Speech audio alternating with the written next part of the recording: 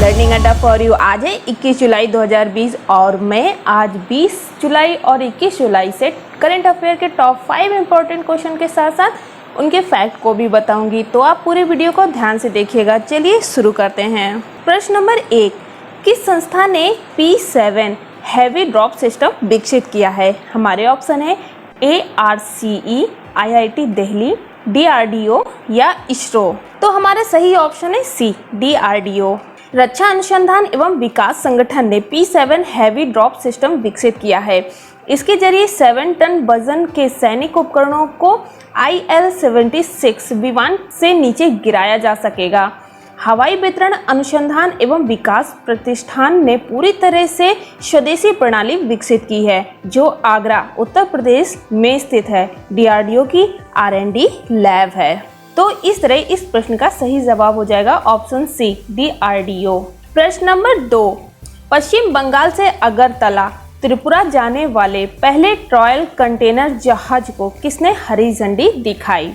तो हमारे ऑप्शन है हरदीप सिंह पुरी, श्रीपाद यशो नाइक, मनसुख मंडाविया, राजदीप सिंह पुरी। केंद्रीय शिपिंग राज्य मंत्री मनसुख मंडाविया ने बांग्लादेश के चट्टोग्राम बंदरगाह के माध्यम से कोलकाता से अगरतला जाने वाली खेप के लिए पहले परीक्षण मालवाहक पोत को रवाना किया।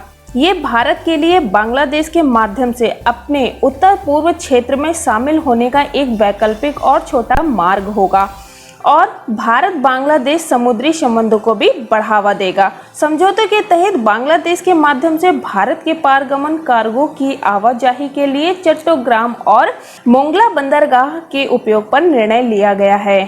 तो इस तरह इस प्रश्न का सही जवाब है ऑप्शन सी, मनसुख मंडाविया। प्रश्न नंबर 3, भारत सरकार ने किसकी सुविधा के लिए PM Svanidhi mobile app launch किया है? हमारे ऑप्शन है स्ट्रीट वेंडर्स, गृहिणी, वरिष्ठ नागरिक या छात्र।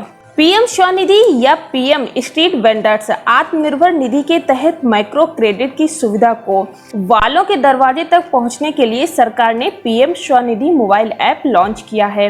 ऐप का लक्ष्य कर्ज देने वाले संस्थानों को यूजर फ्रेंडली डिजिटल इंटरफेस उपलब्ध कराना है, जिससे वो रेहड़ी पट्टी वालों को लोन एप्लीकेशन की रिसोर्सिंग और प्रोसेसिंग कर सकें। वेब पोर्टल और ऐप पर कई फीचर्स मौजूद हैं, जिसमें सर्वे डेटा में वेंडर को सर्च किया जा सकता है, जिसके साथ आवेदकों का eKYC एप्लीकेशन की प्रोसेसिंग और रियल टाइम मॉनिटरिंग भी शामिल है। तो इस तरह इस प्रश्न का सही जवाब है ऑप्शन ए, स्ट्रीट वेंडर्स। प्रश्न नंबर 4, किस राज्य सरकार ने कचरे से बिजली उत्पन्न करने का निर्णय लिया है? हमारे ऑप्शन है उत्तराखंड सरकार, दिल्ली सरकार, महाराष्ट्र सरकार या उत्तर प्रदेश सरकार।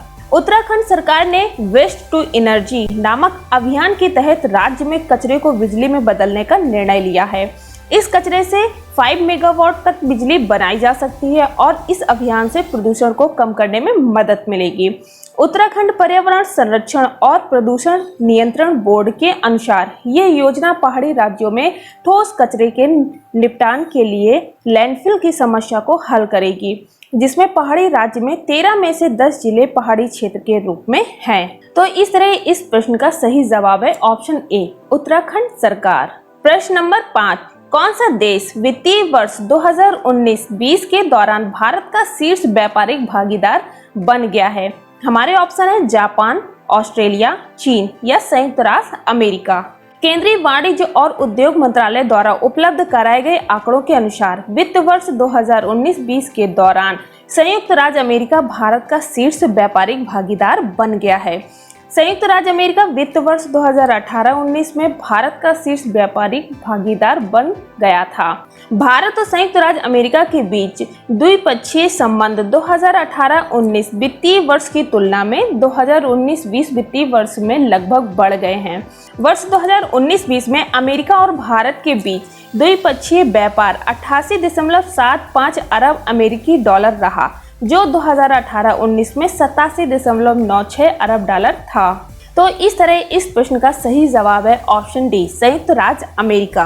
प्रश्न नंबर 6, किसे वैश्विक आतंकवादी घोषित किया गया है? हमारे ऑप्शन है अहमद अल्फान घिलानी, अब्दुल रहमान यासीन, नूर वली महसूद या उपयुक्त में से कोई नहीं। पाकिस्तान में तहरीक-ए-तालिबान आतंकी के नेता नूर वली महशूद को संयुक्त राष्ट्र द्वारा अल-कायदा के समर्थन में वित्त पोषण और नियोजन कार्यों में भाग लेने के लिए वैश्विक आतंकवादी के रूप में नामित किया गया था। मौलाना फजलुल्लाह की मृत्यु के बाद तहरीक-ए-तालिबान पाकिस्तान का प्रमुख नामित किया गया था। तो इस तरह इस प्रश्न का सही जवाब है ऑप्शन सी, नूर वली महशूद। प्रश्न नंबर 7, प्रथम ऑनलाइन निष्ठा कार्यक्रम का शुभारंभ किसने किया? हमारे ऑप्शन है किरीट सिंह मेहता, नरेंद्र मोदी और योगी आदित्यनाथ, मनीष सिसोदिया और अरविंद केजरीवाल, श्री रमेश पोखरियाल निशंक और संजय धोत्रे। केंद्रीय मानव संसाधन मंत्री श्री रमेश पोखरियाल निशंक और आंध्र प्रदेश के मानव संसाधन विकास राज्य मंत्री श्री संजय धोत्रे ने पहला ऑनलाइन निष्ठा कार्यक्रम शुरू किया है।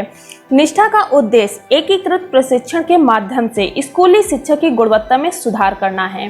दीक्षा और निष्ठा पोर्टल राष्ट्रीय शैक्षिक अनुसंधान और प्रशिक्षण परिषद द्वारा ऑनलाइन निष्ठा कार्यक्रम का संचालन करेंगे।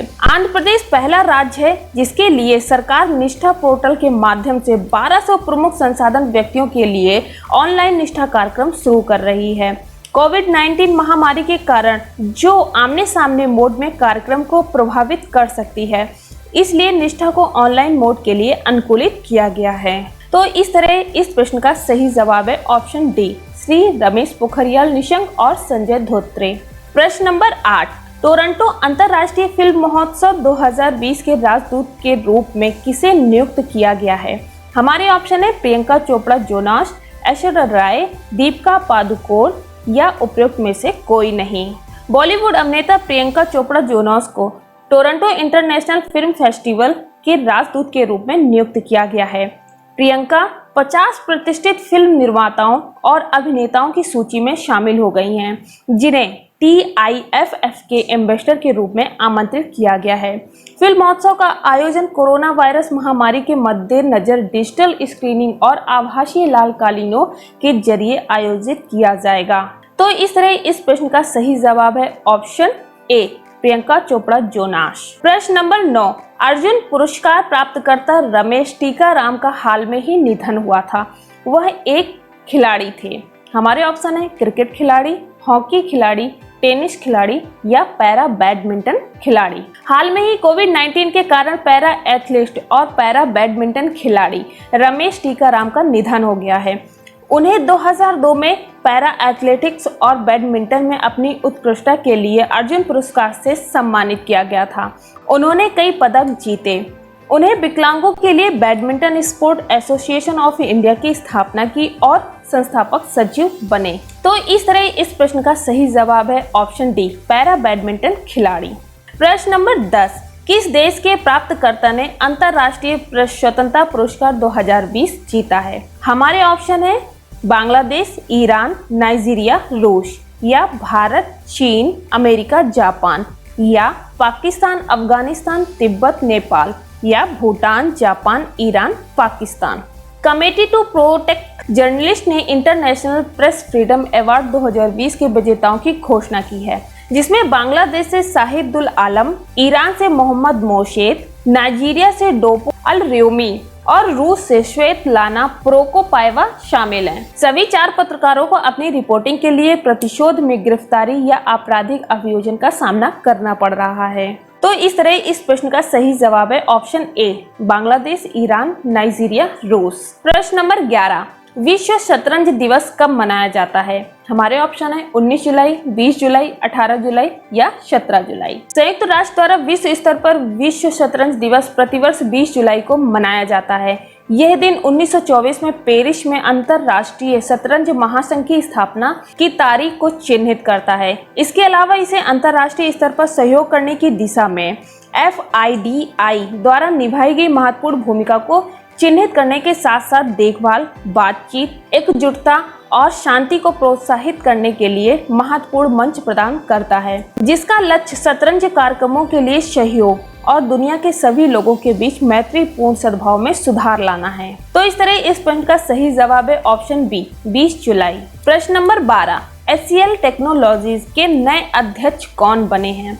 हमारे ऑप्शन है रोशनी नादर मल्होत्रा, शिव नादर, शिखर मल्होत्रा या इनमें से कोई नहीं। रोशनी नादर मल्होत्रा को नोएडा स्थित आईटी कंपनी HCL टेक्नोलॉजीज के नए अध्यक्ष के रूप में नियुक्त किया गया है। गैर कार्यकारी निर्देशक रोशनी नादर मल्होत्रा की नई नियुक्ति जल्द ही प्रभावी हो जाएगी। रोशनी नादर मल्होत्रा शिव नादर का स्थान ग्रहण करेंगी। वह संगठन को रणनीतिक मार्गदर्शन प्रदान करने के लिए जिम्मेदार रही हैं। उन्होंने वर्ष 2013 में भारत के तीसरे सबसे बड़े सॉफ्टवेयर निर्यातक बोर्ड में एक अतिरिक्त निर्देशक के रूप में कार्य किया। तो इस तरह इस प्रश्न का सही जवाब है ऑप्शन ए, रोशनी नादर मल्होत्रा। प्रश्न नंबर 13, भारत के तीसरे G20 वित्त मंत्री और केंद्रीय बैंक गवर्नरों की कार्य योजना थी। हमारे ऑप्शन है भ्रष्टाचार से निपटने में, कोविड-19 से निपटने में, आतंकवाद से निपटने में या साइबर अपराध से निपटने में। वित्त मंत्री निर्मला सीतारमण ने तीसरे G20 वित्त मंत्री और केंद्रीय बैंक गवर्नरों की बैठक में भाग लिया। G20 की कार्यवाही योजना कोविड-19 महामारी से निपटने की सामूहिक प्रतिबद्धता को दर्शाती है, जो सभी G20 वित्त मंत्री और केंद्रीय बैंक द्वारा समर्थित था। भारत ने बैठक में दो प्रमुख कार्यसूची पर चर्चा की। पहली कार्यसूची महिलाओं और युवाओं के लिए अवसरों को बढ़ाने के बारे में थी और दूसरी डिजिटल क्षेत्र से संबंधित अंतरपेशीय कराधान कार्यसूची के बारे में थी। तो इस तरह इस प्रश्न का सही जवाब है ऑप्शन बी, कोविड-19 से निपटने में। प्रश्न नंबर 14, हाल में ही विकसित किया गया कौन सा मालवेयर डेटा चोरी करने में सक्षम है? ऑप्शन है TrickBot agent Tesla, black rock malware, Locky bot या कोविड लॉक। एक mobile security firm threat fabric ने मालवेयर की खोज की है। मालवेयर को थर्ड पार्टी वेबसाइट पर दिए जाने वाले नकली गूगल अपडेट पैकेज के रूप में वितरित किया जा रहा है। मालवेयर विभिन्न माध्यमों से घुसपैठ करने में सक्षम है, जैसे कि प्रदर्शन, SMS फ्लड्स, विशिष्ट एप्लीकेशन शुरू करना, कस्टम पुश सूचनाएं दिखाना, SMS फ्लड्स प्रदर्शन करना आदि। ब्लैक रॉक मालवेयर को पूरी तरह से पासवर्ड और क्रेडिट कार्ड विवरण चोरी करने के साथ संशोधित किया गया है। तो इस तरह इस प्रश्न का सही जवाब है option B, black rock malware. प्रश्न नंबर 15, मेडिकैब नाम का पोर्टेबल अस्पताल किसके द्वारा विकसित किया गया है? हमारे ऑप्शन है IIT Madras, BHU, AIIMS Delhi या उपयुक्त में से कोई नहीं। भारतीय प्रौद्योगिकी संस्थान मद्रास ने मेडिकैब नाम का पोर्टेबल अस्पताल विकसित किया है। मेडिकैब को हाल में ही केरल के वायनाड जिले में लॉन्च किया गया है। इन पोर्टेबल अस्पतालों का मकसद स्थानीय समुदायों में कोविड-19 रोगियों का पता लगाना, उनकी स्क्रीनिंग करना, उन्हें अलग करना और उनका इलाज करना है। अस्पताल मेडिकैब में 4 जोन है, जिसमें डॉक्टर का कमरा, एक आइसोलेशन रूम और एक ट्विन बेड ICU शामिल हैं। इस पहल को Shri Chitra Tirunal institute for medical science and technology के साथ साझेदारी में शुरू किया गया है, जिन्होंने परियोजना के लिए आवश्यक प्रमाण पत्र और अनुकूलन पर इनपुट और धन प्रदान